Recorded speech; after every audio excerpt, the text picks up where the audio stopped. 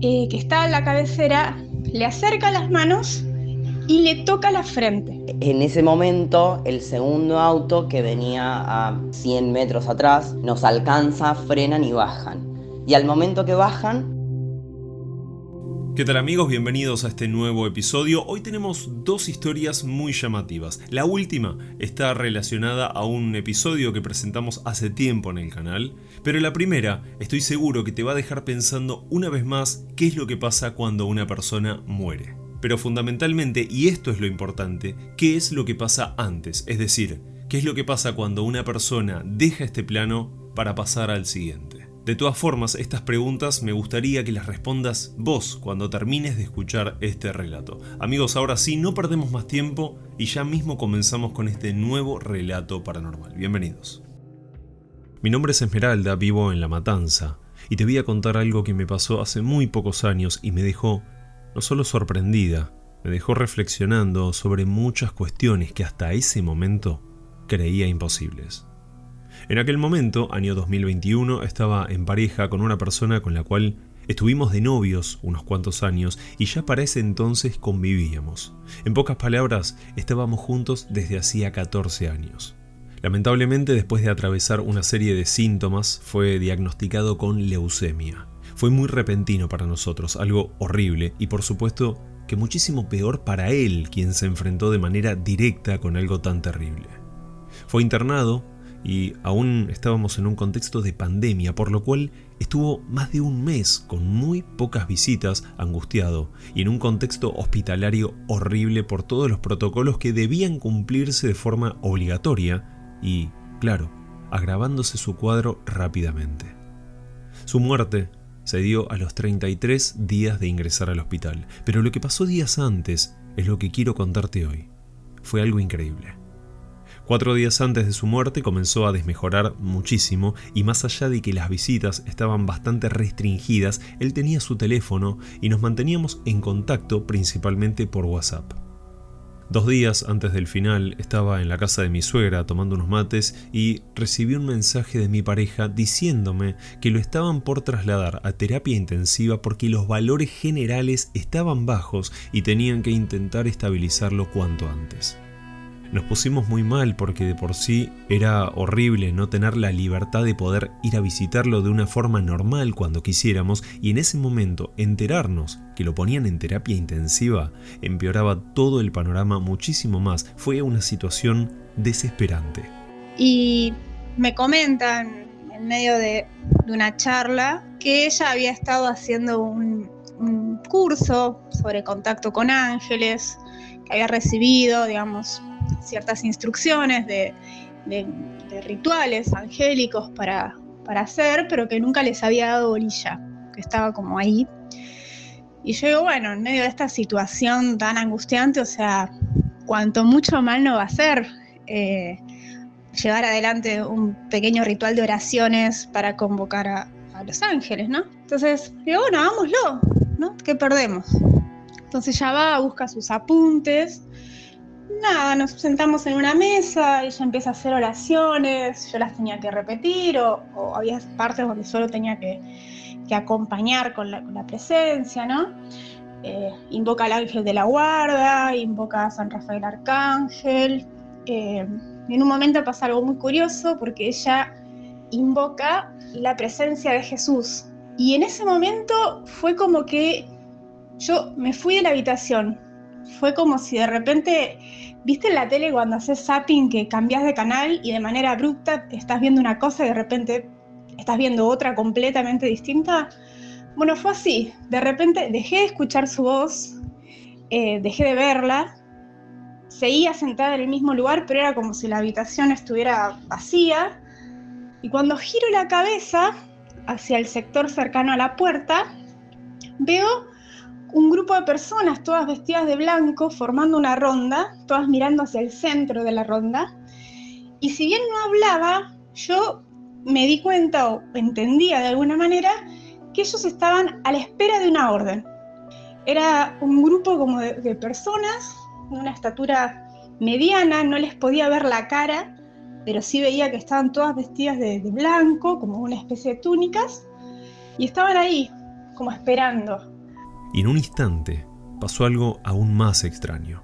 Estas personas, o lo que fueran, comenzaron a salir de la habitación de una forma muy ordenada y yo parecía seguirlos por detrás viendo todo el recorrido que hacían. Quiero dejar claro que no es mi intención evangelizar religiosamente a las personas con esto. Estoy contando simplemente una de las experiencias más raras que tuve en toda mi vida y que por más que intenté buscarle una explicación lógica, nunca terminé de encontrarla. Si bien veía todo esto de una forma totalmente lúcida como si pasara en la vida real, fue, creo, lo más parecido a un sueño o podría ser también una proyección astral donde logré salir de mi cuerpo y acompañar a estas entidades en su recorrido. Salieron de casa y recordemos que yo estaba viendo todo por detrás. En un segundo vi cómo comenzaban a ingresar a la clínica donde estaba mi pareja internada y detrás de ellos entré yo también. La siguiente escena fueron las escaleras del edificio, subir hasta un piso determinado y estar parada frente a la puerta doble de terapia intensiva. Estas personas entraron, que de hecho no lo dije antes, pero era como si flotaran. En ningún momento logré ver que caminen como una persona normal. No había absolutamente nadie más que nosotros. Todo el espacio estaba vacío, como si la clínica estuviera abandonada. Ni siquiera había otros pacientes. Ahí hubo un salto donde cambié sin moverme a otro lugar. Estaba frente a una cama de hospital, mi pareja estaba acostada en ella y alrededor estaban paradas estas 6 personas que aún en ese momento no lograba verles las caras. Y se ubican todos alrededor de la camilla donde él estaba y extienden las manos. No lo tocan, sino que extienden las manos y empieza a surgir una refulgencia muy grande. O sea, era todo demasiado brillante, pero de un blanco cegador, ¿no? Y en la cabecera de la cama había otra figura, también del mismo estilo, ¿no? Vestido de blanco, pero era más alto, le sacaba por lo menos una cabeza a todos los demás, y no solo era más grande en cuanto a tamaño, de altura, sino que se notaba que era más jerárquico, de una mayor jerarquía. Emanaba poder, emanaba autoridad, y sin necesidad de que nadie me lo diga, como que vos lo veías y te das cuenta que era el líder. Y este ser que estaba en la cabecera le acerca las manos y le toca la frente, mientras los otros solo ponían las manos alrededor, como en una especie de imposición, como cuando hacen Reiki. Este ser mayor le apoya las manos en la cabeza. Y fue una escena que transmitía muchísima paz, como si lo estuvieran yendo a buscar. Esa era la sensación, ¿no? Como que estos seres estaban esperando que esta autoridad mayor les diera la orden para irlo a buscar. En ese momento, este sueño o lo que fuera terminó. Y cuando abro los ojos, estaba sentada frente a mi suegra, ahí en la mesa de la cocina. Inmediatamente supe lo que estaba pasando y me puse a llorar como nunca antes en toda mi vida. Esto no había sido un sueño, fue una visión de algo que, más allá de lo extraño que parezca, sabía muy bien, adentro mío, que había sido real. Y a mi pareja le había llegado la hora de partir. Estos seres claramente lo habían ido a buscar. No tenía la menor idea de cómo contarle esto a mi suegra porque ella es una persona mayor y estaba realmente mal. Así que le conté todo lo que vi, pero obvié mi interpretación. No le dije lo que yo sentí en ese momento. Mi suegra, y fue algo totalmente lógico, lo tomó en realidad como que estas personas fueron ángeles que lo visitaron para curarlo y era cuestión de tiempo para que sane por completo. En cambio yo no podía parar de llorar, sentía muy profundamente que el final, inevitablemente, había llegado y nosotras no podíamos hacer nada. Finalmente, y como te lo conté al principio, mi pareja fallece, pero yo, más allá de la profunda tristeza, me sentía afortunada por haber presenciado aquel momento donde vinieron a buscarlo y pude percibir esa paz en el ambiente, esa luz. No había sufrimiento, no había dolor, simplemente había tranquilidad. No hubo más nada que hacer, pero esta historia no termina acá. Tiempo después, y para intentar sobrellevar la situación, superar la soledad, la angustia y todo ese combo de sensaciones que tenemos al perder a alguien tan cercano, intenté convencerme de seguir adelante y dejar de sufrir, olvidarme un poco de todo lo que habíamos pasado. La vida sigue y la muerte es una parte inevitable de ella. Prácticamente no hice el duelo como corresponde, si es que hay una manera correcta de hacerlo, por supuesto, no lo sé. Pero comencé a leer mucho e incluso a hacer videos referidos a estos temas, sumando meditación y algunas cositas más que me hacían bien. Una tarde, haciendo uno de estos videos, con la intención después de editarlo, pasó algo súper extraño y no sé si estuvo relacionado con aquel suceso, pero yo sentí algo muy similar. Y no empiezo a grabar, habrán sido 5 minutos capaz de que el video comenzó, y veo pasar flotando una esfera de luz blanca que pasa por delante mío. Yo me quedo congelada. Cuando giro la cabeza hacia la dirección donde se fue, ya no estaba. Instantáneamente corto la grabación porque digo, esto no puede ser, y se ve en la cámara. Es muy increíble. No quisiera como no sé, como decir, uy, lo estoy inventando. No, o sea, se ve en la filmación. Quedó el video registrado de la bola de luz blanca que pasa por delante mío. Y ahora pasamos a la siguiente historia, la envía Lautaro y nos cuenta algo que está relacionado casi de forma directa con un caso que presentamos en el canal hace tiempo sobre 2 ciclistas que vivieron una situación bastante extraña en la Ruta 9 a la altura de San Nicolás. Los dejo entonces con el relato de Lautaro. El año pasado estaba trabajando en una empresa que tiene que ver con el rubro de todo lo que es portuario y agrícola y demás. Y nos tocó ir a una de estas exposiciones anuales que se hacen, que se suelen hacer, una muy conocida para quienes son del rubro, que se llama Expo Agro, que se hace más o menos en abril, marzo, en San Nicolás. Lo lógico es que como San Nicolás es un pueblito chiquito y se hace como muchas empresas mandan gente a atender stands y demás, se saturan los hoteles de Rosario, entonces todos nucleamos en Rosario y vamos todos los días a San Nicolás a la exposición, que dura más o menos una semana, 5 días. Bueno, habíamos hecho la comitiva, nos tocaba empezar, nos habíamos juntado en la empresa y salimos con 2 autos porque éramos más de 4 personas, entonces íbamos 4 personas en un auto más el chofer y 3 personas en un segundo auto con el chofer.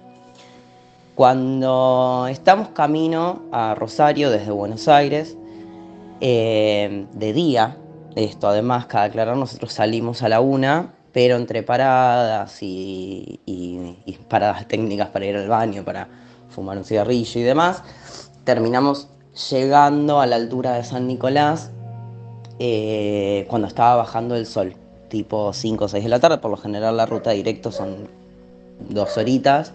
Nosotros tardamos un poco más porque fuimos despacio y hicimos muchas paradas. Cerca del tramo de San Nicolás, yo le empiezo a contar a los que estaban conmigo en el auto la anécdota de los ciclistas. Y les cuento que había una señora y les cuento las situaciones del olor y qué sé yo. Y cuando les digo, si quieren pongo el audio, así lo vamos escuchando, me dicen, no, lo escuchamos cuando llegamos, que nos va a dar miedo, que no sé qué, entonces no lo pongo. Cabe aclarar que nosotros habíamos salido con unos autos de la empresa oficiales, como es una empresa estatal, tiene que tener todo muy en regla.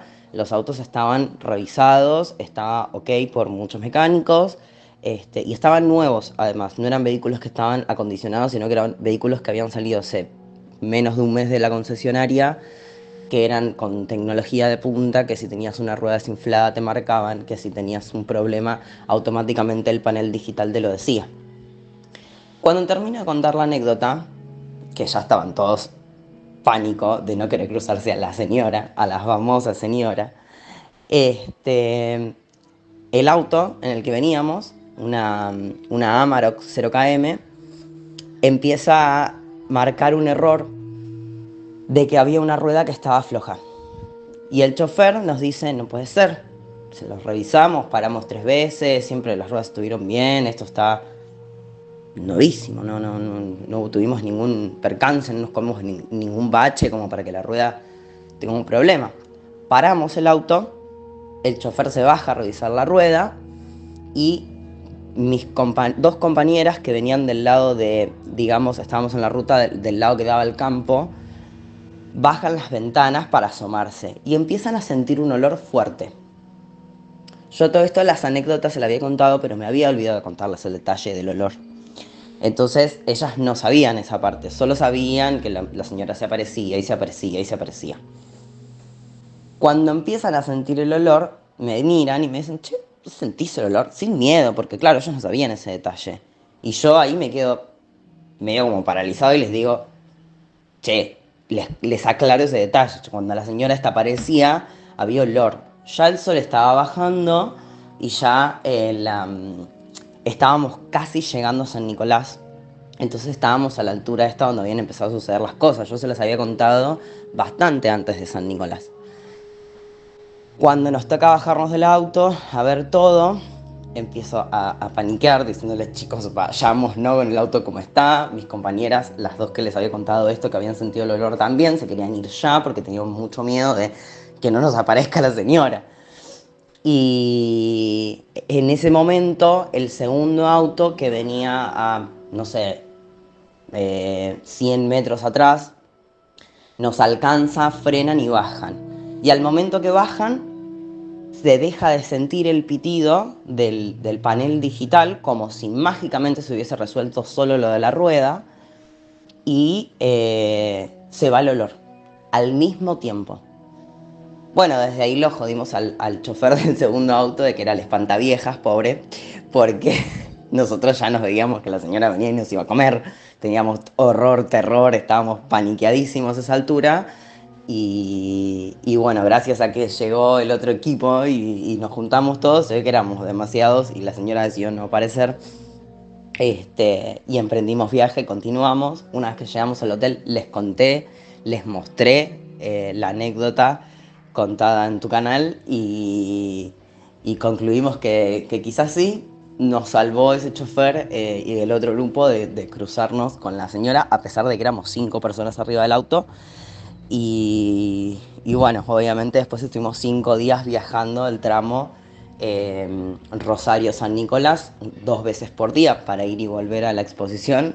Y era cosa de todos los días que nos aparezca la señora, que nos aparezca la señora, sobre todo a la vuelta, que era el horario donde bajaba el sol y ya se empezaba a poner de noche.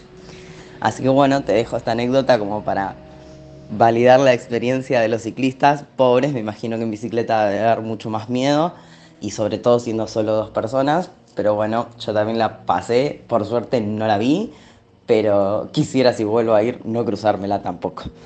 Amigos, muchas gracias por llegar al final. Me gustaría saber qué opinan sobre estas 2 historias y si alguna vez les pasó algo similar. Recuerden que en un comentario fijado les dejo todos los enlaces importantes y también el enlace que los lleva al video sobre estos 2 ciclistas que pasaron algo raro en la Ruta 9, por si no lo vieron. Yo me despido, nos vemos en unos días con más historias y ahora sí, les mando un fuerte abrazo a todos.